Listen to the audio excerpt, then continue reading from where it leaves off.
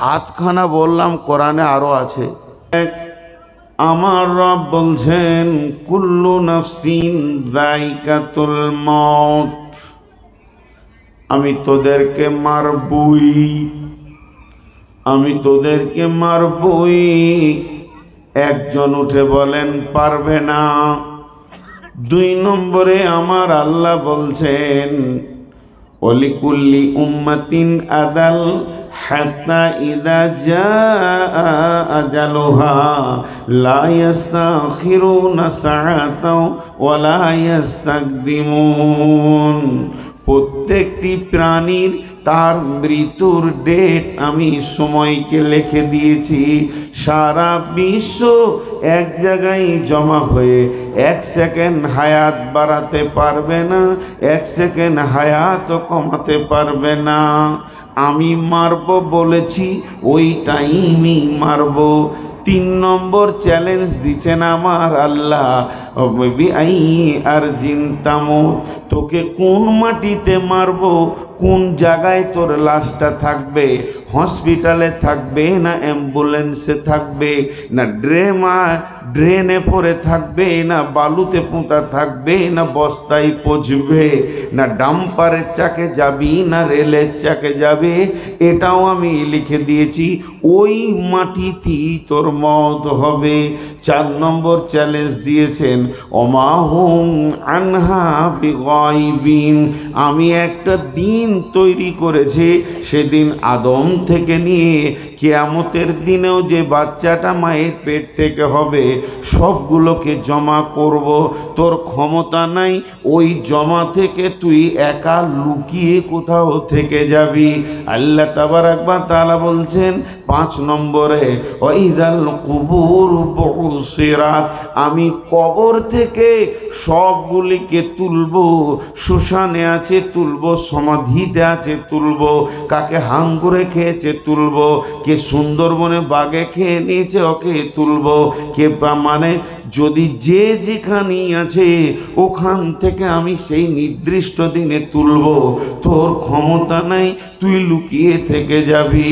6 নম্বর আল্লাহ challenge দিয়েছেন ফাইন্নামা হিয়া জাজরাতু ওয়াহিদা ফাইদা হুম বিসাহিরা, আমি যখন তুলবো তখন শিকস্তির মতো আমি প্রচার করব না, পোস্টার দিব না, মাইকিং করব না, লোকের কাছে খবর দিব না, একটা হুঙ্কার মারব। আর আমার হুঙ্কারটা এমন হবে পৃথিবীর খ্যাপা পাগল সুস্থ অসুস্থ নারী পুরুষ শিশু বৃদ্ধ সবগুলোকে একটা জায়গায় জমা করে দিব। এবার 7 নম্বরে চ্যালেঞ্জ দিচ্ছেন আমার আল্লাহ, তুই যত বড় শিক্ষিত হ আর মূর্খ হ, আমার সামনে দিয়ে ছাড়া তুই কোথাও যেতে পারবি না, তোকে আমার সামনে হাজির করাই হবে। আমার ইলমের ভিতরে আমার জ্ঞানের ভিতরে তোকে আমি কাবুতে রেখেছি।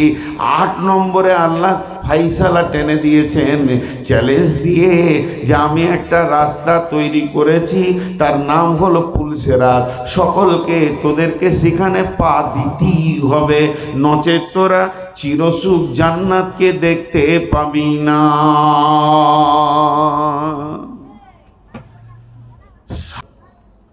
উঠেন একজন, একটা আল্লাহর চ্যালেঞ্জকে কেটে দেন।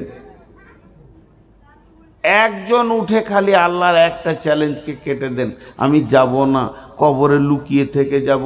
বিশ্বটা যখন ধ্বংস হবে সারা পৃথিবী সব মাটি চাপা পড়ে যাবে, তার মধ্যে আমি একজন থেকে যাব, কিয়ামতে উঠব না। এই 8টা চ্যালেঞ্জের পর আজীব লাগে একটা আয়াত, গায়ের লোম দাঁড়িয়ে যাই। বেটির দল, তথ্যবহুল কথা হচ্ছে, তথ্যবহুল কথা হচ্ছে, একটু হেদায়েতের নিয়তে শুনি। জি ভাই, এই মাদ্রাসার আমি হেড মৌলানা, কথার কথা বুঝাচ্ছি। আমি কোনো কাজে ফারাক্কা গিয়েছি, এসে দেখছি 4-5টা ছেলে ঝগড়া করে চিল্লাচিল্লি হই চই করছে, হাতে লাঠিটা নিয়ে সবটিকে বের করলাম, এর দাঁড়া, কি হয়েছে তোদের, কি হয়েছে তোদের রোমে এত চিল্লাচিল্লি কেন? একজন কাঁদছে, একজন মারলে, একজন কি করেছে, আমি কিছুই জানি না। আমি যত বড়ই আলেম হই আমি কিছুই জানি না। এই 1 ঘন্টা ধরে ওরা ঝগড়া ফাসাদ করেছে, কি করেছে আমি তিল পরিমাণ জানি না। এবার লাঠিকে দিয়ে ওদেরকে সামনে রেখে সত্য করে বল, একটা একটা করে ধরছি আর জানছি, যেটা জানছি সেটাও ভুল। ওরা যেমন স্টেটমেন্ট দিবে ওরই ভিতরে আমার বিবেকের চেতনা হবে, আমি জানি না, আমি বলতে পারবো না কে কি করেছে।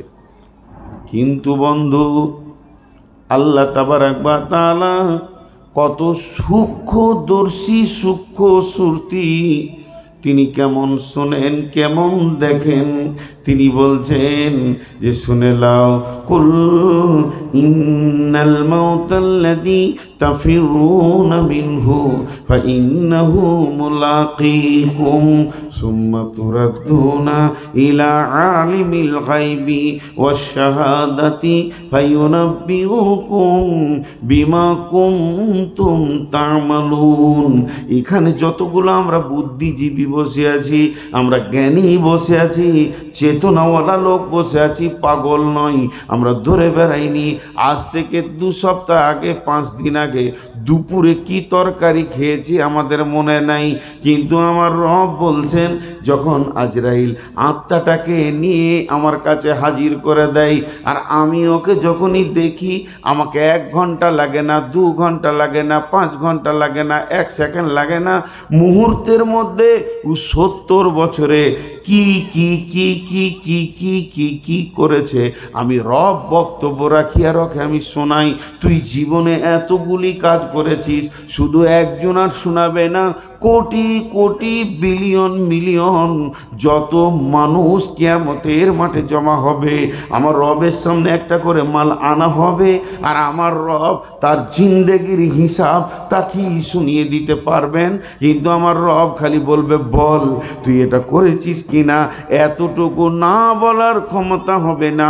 তিনার চ্যালেঞ্জটা কত গুরুত্ব, তিনি কত সূক্ষ্মদর্শী এবং তিনি কত সূক্ষ্ম বিচার করেন। ফায়ুনাব্বিউকুম বিমা কুনতুম তা'মালুন। সেই আল্লাহ বলছেন আমার সামনে তোকে আসতেই হবে এবং তোর জিন্দেগির হিসাব দিতেই হবে। ইন্না ইলাইনা ইয়াবাহুম সুম্মা ইন্না আলাইনা হিসাবাহুম। এই কোন মেয়ে কথা বলছে গো? আচ্ছা, উজাল স্যার শুনছে না, কথা বলছে, ওকে মাইক দাও।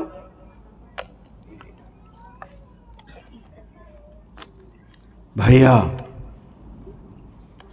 যতক্ষণ আমি কথা বললাম একটা জায়গায় দাঁড়িয়ে আছি, সেটা হলো আল্লাহর কাছে গিয়ে হিসাব দিতে হবে। এখন 2টি হিসাব আপনাদের সামনে তুলে ধরি, একটা জান আর একটা মাল। কিন্তু তার আগে যে আয়াতটা পড়েছি একটু তর্জমা করি, গোটাটা নাই। বিসমিল্লাহির রহমানির রহিম। ইন্নাল্লাহা আশতারা মিনাল মুমিনিনা আনফুসাহুম ওয়া আমওয়ালাহুম বিআন্না লাহুমুল জান্নাহ। ইন্নাল্লাহা আশতারা মিনাল মুমিনিনা আনফুসাহুম ওয়া আমওয়ালাহুম বিআন্না লাহুমুল জান্নাহ।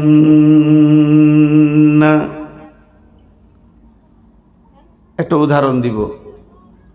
এই মাদ্রাসার পাশে জায়গাটা আপনার, আর মাদ্রাসা কে একজন 2 কাঠা, এটা 5 কাঠা জায়গা আপনার, আর মাদ্রাসাকে একজন 5 কাঠা দিতে চাইছে দান।